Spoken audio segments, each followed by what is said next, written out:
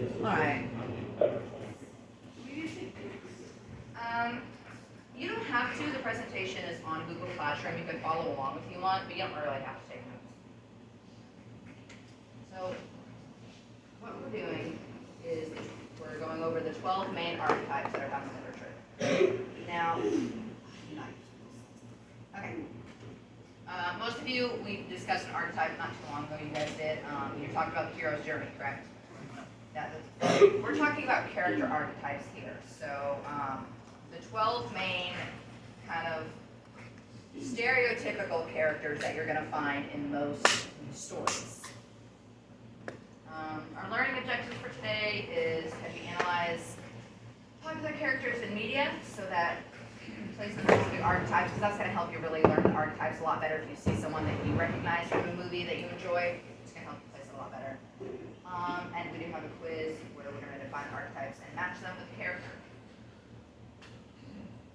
So, one thing I want to know ahead of time before we go into this, does anyone know any archetypes off the bat? Is there one? Anyone knows? Yeah. There's the hero, the mother figure, the father figure, the mentor, the child, the ally or friend. That's all about that. You did good, get right out the gate. Okay, it's a lot more than I thought anyone would know. One thing, and I'm just going to let you know now, a lot of the time these are going to be referred to by different names. So like having the father figure and mother figure, the 12 main ones, that's going to be grouped into the caregiver, which we're going to go over later. So it's going to have different names, but what was that, like 5 of them? Yeah, that is 5 of the 12 main ones, yes. Does anyone else know any? No? The villain. The villain could be one. Okay, so the first one, the most common one, the one he mentioned first, is the one that everyone usually knows off the top of their head, and it's the hero. They're going to be the main character of the story. They're our protagonist. They're the one we're focused on. Usually it's told from their point of view. They have several key traits. Usually they're focused on courage, honor. They're determined to succeed in whatever they're doing. They are determined to meet their end goal. This is a very popular hero. I think we all know here. Yes. Yes. Love Harry Potter. So they're going to be the person, the main focus of your story. Okay? So, what are some characters in Greek mythology that may represent this archetype? Now, by the way, I have this slide after every archetype just to see if you guys know any Greek mythology ones that can relate to them. So, Odysseus. huh? Odysseus. Odysseus is a good one. Yes. Jason. Jason. Okay. I'm surprised. I'm waiting for the most popular one. Hercules. Hercules is a very popular one. He has a whole Disney movie made about him that I think Ms. Stevenson was mentioning you may be able to watch at some point. Please. Is the Disney movie accurate to mythology? No. No. But it's good in and of itself. Then we have the sage, or the mentor in some cases, it's going to be called. They're the wise figure that has the knowledge necessary for the story. Whatever you guys are going to, our protagonist is going to dwell into, whatever world they're visiting, their mentor, the sage, knows about it. They're usually seen as wise, experienced, very cautious, aka they're usually the, some people call it the wise old man archetype. We're just going to call it the sage for now. Who can tell me who this is? From Karate Kid, huh? Alright. What did you say? Bruce Okay. This is the mentor from Karate Kid, the original. There's like 3 of them, isn't there? 3 of them, yeah. So this is him.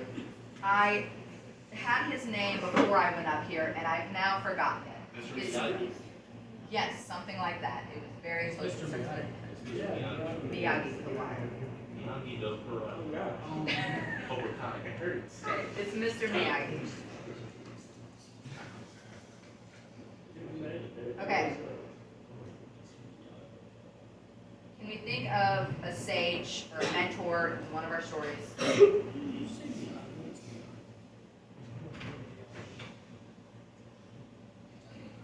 In one of your Greek mythology stories. any of them have some sort of mentor? Chiron. Chiron, he's a popular mentor. Do you know what story it's from, or just from various ones? I just know that he trained a lot of heroes like Hercules. Did you get this from Percy Jackson? No. I'm just asking because you mentioned Percy Jackson, and I know that's in there. You're right. I'm just curious. Okay, Chiron is a popular one. He trained a lot of heroes. He helped a lot of people on their journey.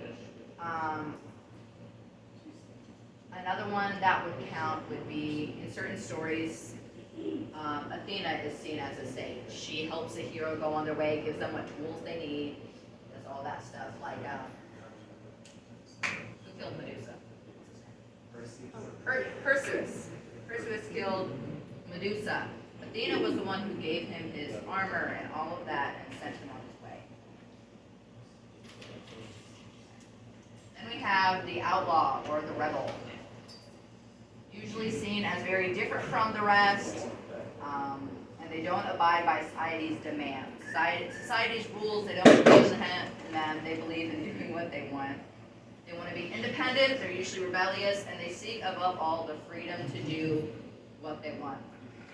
Now, this person is usually, they usually have a code of ethics. They're not seen as a bad character, but they're seen as going against society's rules and society's demands. They want to do their own thing and have freedom.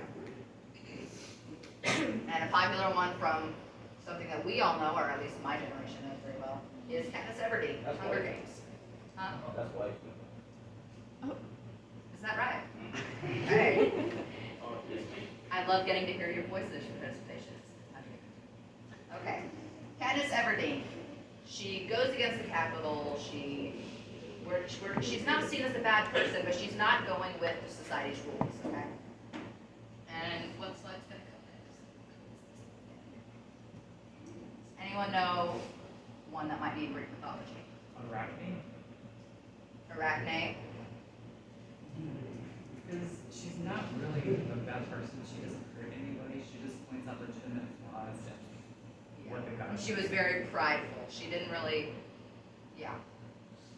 She could count. She wasn't really doing what she was told to do, but she wasn't necessarily being an evil person. Does anyone have anything from Greek mythology? Or maybe another one from popular media now? That's Sasuke, bro. Sasuke's the rebel. No, bro, Naruto created the Hokage Sasuke. All right. I partially agree with you, but I think I more agree with him. I think Sasuke counts. Sasuke's the rebel. Naruto's the protagonist of the story, in that one and Shippuden. But we're not talking about anime right now. If you're talking about anime, I've got this whole presentation. Okay.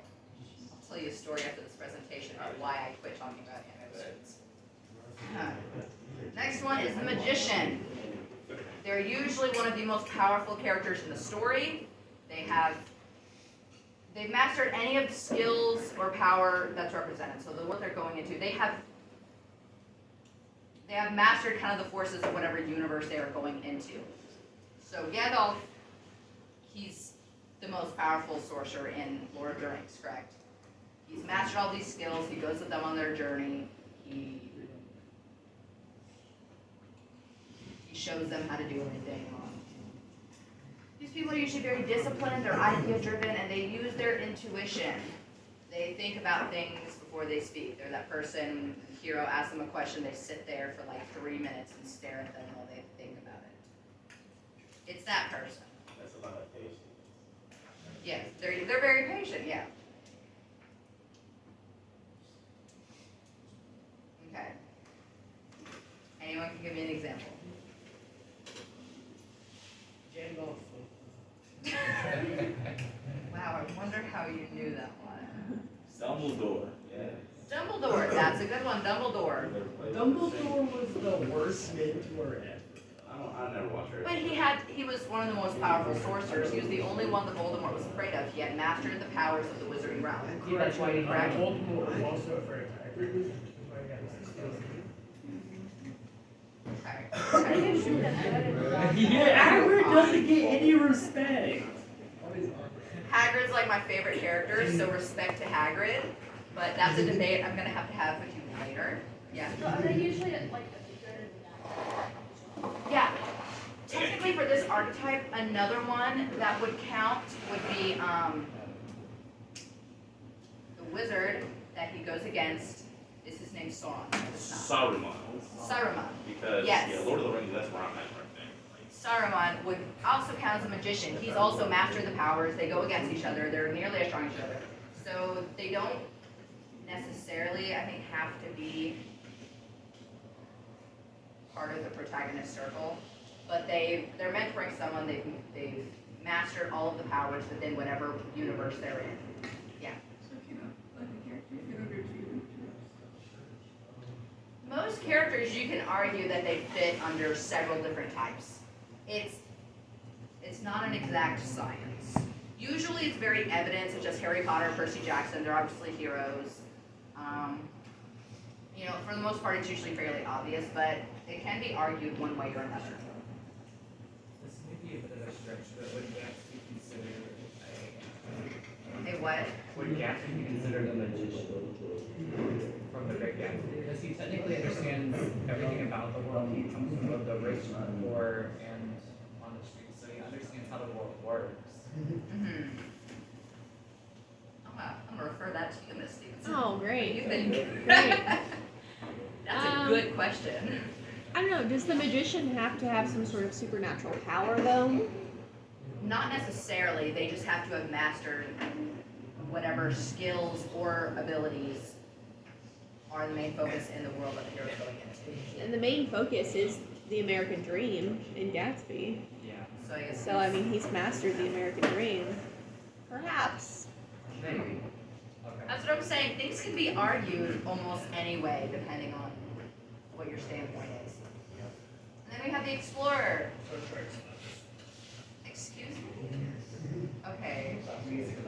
I love, okay, Star Trek, I like better words than Star Wars. I'm gonna need you to refrain from insulting Captain Kirk, please. Depends on which Star Trek.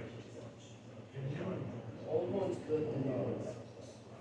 Really? I thought they got a good guy to play Spock, though. Okay, it doesn't matter how good of a character they get played. They could have played Ryan Reynolds. I don't want to see Ryan Reynolds in Star Trek. I didn't do that. Okay, off track. The explorer. Curious one who wants to explore the unknown. They constantly want to see what's next, want to learn. They don't stay in one place more than once. They're usually traveling. They're traveling around everywhere. They're very curious, they're driven, and they're usually very restless. They cannot seem to calm down and settle in one place. They're going around, they're constantly searching for something, traveling, and they can't really stay settled. Any examples for me? No. I know what Goku is from, Greek mythology. but I want to enunciate something real quick. I love your love for anime. It's a good passion. I admire it. But I have two very specific words right here. I say Greek mythology. Put it in. Huh? Kratos. What? And Argonauts. Because they went in search of the dragons released, and that was technically Okay. Yeah, you can argue that they're exploring and they're looking for stuff. They're going around. They don't really settle, do they? Okay, so that would count. Now, Jason can also be argued to be the hero of the story as well. That's what I'm saying. There's many different archetypes. Did you move the mouse, or was that? That was me, sorry. Okay, I was just like. Any thoughts over here before I continue on? Would Artemis be considered one? I would say yes, because she's constantly hunting, she's constantly running, going. She never really settles. It never says anything about Artemis settling. So Artemis, yeah, I think Artemis would count as a really good one. It just says that she is constantly roaming. Okay, the creator, the motivated visionary who wants to make something new. They pride themselves on originality, and they're very creative, innovative, and are usually looking for inspiration wherever they go. Does anyone know who this is? William. Willy Wonka. Now, the creator in stories isn't always going to be this happy, cheerful character. Another perfect example of a creator is Dr. Frankenstein. He's an example of the creator archetype. I chose to do Willy Wonka for obvious reasons, joyful, happy, all that fun stuff. But Dr. Frankenstein would count because he's trying to create something. He's not really trying to create something good, but he's a creator through the entire story. Dr. Frankenstein.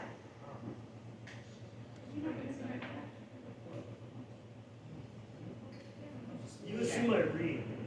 One other that would count would be Dr. Emmett Brown from Back to the Future. Not a Back to the Future fan. Really? Why not? I don't know. Mr. McDaniel loves it, and I watched it just for him, and I Just hated couldn't it. get into it. No. What's the first? It's kind of confusing, to be honest. You, especially if you watch all three, you really gotta like pay attention to what's going on, or you get confused. Okay. Creator. What are some creators in Greek mythology? Daedalus. Say his name again. I've never pronounced it right in my life. I think it's Daedalus, but it could be pronounced Daedalus. I've always Daedalus. said Daedalus, but looking Is that at even a lot of alcohol, Greek like, words, Greek when you have two vowels next to each other, normally it's the second No. one that says its name, so I think Daedalus it's was the technically creator of Daedalus. Yeah. Huh. Or you could But have I've always said, said Daedalus. So, I don't know. I don't know. Chronos created So the they go like opposite. all of it. Isn't it when two vowels go up in the first one? Exactly, yeah. Okay. See that? He was the original like guy. Like, Well, Kronos was technically the Titan. The earth and sky came first and created them. Before that was chaos Yes. and darkness. But it can be counted. Okay, then there's the caregiver, one of my favorite characters of all time in media. Who knows who this is? Molly Weasley. Weasley, Molly Weasley. She's the mother of the Weasley kids. They offer continuous support for others, usually the hero. They often make sacrifices for the benefit of others, and they're seen as being very selfless, very loyal, and have a strong desire to protect. Usually it's that mother figure or father figure. It's kind of wrapped into one in this one and just being called the caregiver. Whether blood related or not, they're that parental, warm, loving figure that is trying to protect and take care of usually our hero. They're that character that you're just like, oh, I could sit and chill with them. That's them. I think Molly Weasley's a perfect example of this. I think she's an amazing mother. That's just, you think Hagrid's a better caregiver? Yeah. Mr. Got a dragon egg from a random guy in an alley and let it set his beard on fire. Yeah. He took care of it pretty well. He did Took take care of it. the three-headed dragon pretty well. Took care of Harry pretty I mean, well. Or three-headed dog. he did. You're right, you're right. Maybe some offensive. He is no disrespect. I mean, okay. All respect to Hagrid. I appreciate your argument on these sides, though. Okay, what are some caregivers in Greek mythology? Huh? Is not the one chick thing? No. Arrow was like very bad. Yeah, not that one.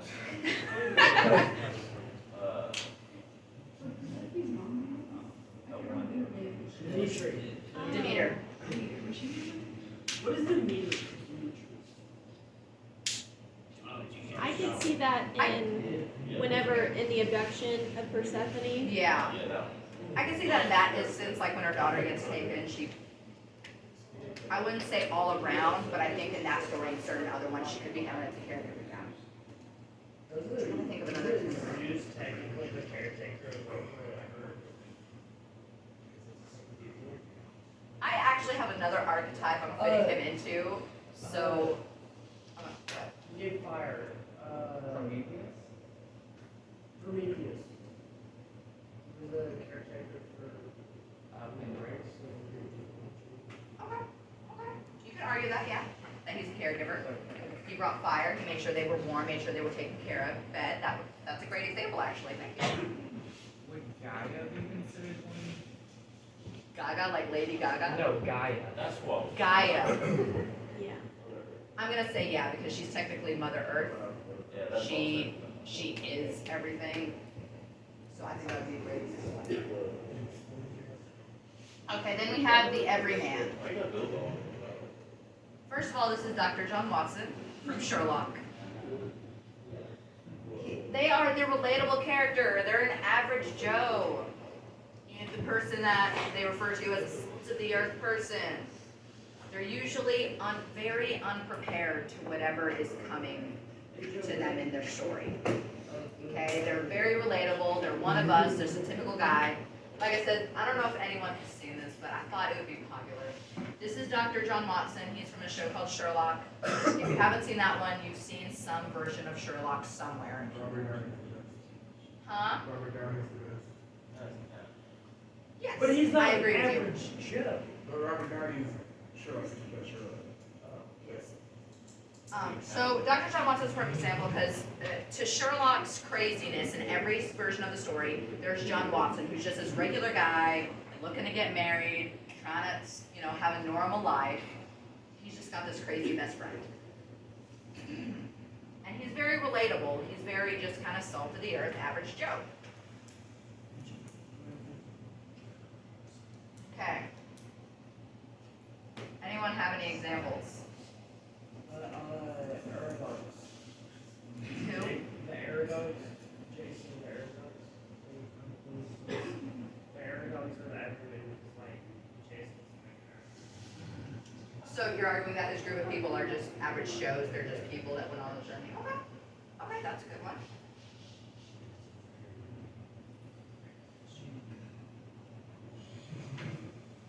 Any more thoughts on an everyman, just a regular guy that's kind of in these stories, who's usually very unprepared for what's coming ahead? One of them, it's not Greek mythology, my apologies, but one of them I think would count would be Bilbo Baggins, which I think is played by the same guy. That's what I said. In the beginning, yes, but you were referring to the picture. That was the picture I had up. That's my point. I mean, Bilbo, he wants going to the Well, yeah, but before it happened, he was a regular guy, and Yeah. these dwarves just started showing up at his door, and he's like, "I'm trying to eat." Leave me Not alone. vandalized. He's supposed to sit down and read his books. I find that very relatable. He's just supposed to be this regular guy that gets swept up in this, and is very unprepared for what lies ahead. Could you, I know it's not Greek mythology, but like at the very beginning of the Harry Potter series, could you argue that Harry wouldn't be Harry because he's going by his life wanting something more, but then like Hagrid shows up and he's like, "Ooh, that's awesome." I think you could, but his adventure, He was like excited. But every hero has the part of the ordinary world, though. and he wasn't average before, because if you remember, they went to the zoo, and he made the glasses appear and everything, remember? So he was never really an average guy. No, hold on. Go back. Okay, then we have one of my personal favorites, the Jester. They're the funny character, or in some cases are also known as the trickster. They kind of go hand in hand. They're the comic relief of the story. If you have a serious story, a lot of the time there's going to be a comic relief character. That's the best character. Right? Everyone knows who this is, yes? Yeah, Edward Scissorhands. Demon Barber of Fleet Street. Anyone from this side can tell me who this is? Captain Jack Sparrow. Captain Jack Sparrow, one of my favorite characters of all time. He's a perfect example of comic relief. He's a character that's put in there to make the story a little more lighthearted, a little more funny, a little less dreary. I feel like he wasn't put in there to be like the jester. I think he was kind of put in there with the main character. Because like, he is the main character of the movies. And there's You don't count the main characters to be Elizabeth Swann and Nobody likes no, it's her. in every what's one his of them. face? I don't know what his name I think The other guy. I think the best picture replace that would be Ron Weasley. is. Okay. So you think Ron Weasley would be Or counted as a Han jester? Solo, or Well, Han Solo fits into a different archetype. Do you think of which one we went over that he fits into? he's also in the Star Wars series comic relief. Could be, yeah. More comic relief for Star Wars though, and I actually have Star Wars in your quiz today because I wanted to base it around something. Would be C-3PO and R2-D2 kind of count as comic relief. Okay, Greek mythology I don't think has a lot of jesters in it, not a lot of comic relief. They're pretty, they can be kind of serious, kind of dreary stories. But can anyone think of one? Someone who's funny, someone who's just usually seen as very comical. Hermes. Hermes counts as one, yeah. I actually looked this one up because I was not sure. Hermes would count as a jester. He's seen as very comical, doesn't take much seriously, kind of doing his own thing, going on his way. He's usually put in there to get people to laugh. Goat worship people. Goat people. Satyrs? Satyrs? I don't know though, because like in regular Greek mythology, they were people that ran around trying to seduce women. I'm not sure how common. Yeah. Then they try to seduce. I'm not getting into that conversation. You could argue that. I don't know, however, that you could categorize the entire like satyr group as fitting in the archetype, but I think there are definitely some characters that commonly fit into it that are satyrs. Then we have the ruler. I was on the verge on the edge about what picture to put here. Does anyone know who this is? Chick from Mamma Mia. Close. That's my favorite movie. I love that movie. Really? Yes. Oh my gosh, I love it. It's like my favorite movie of all time. Jake from State Farm got a makeover.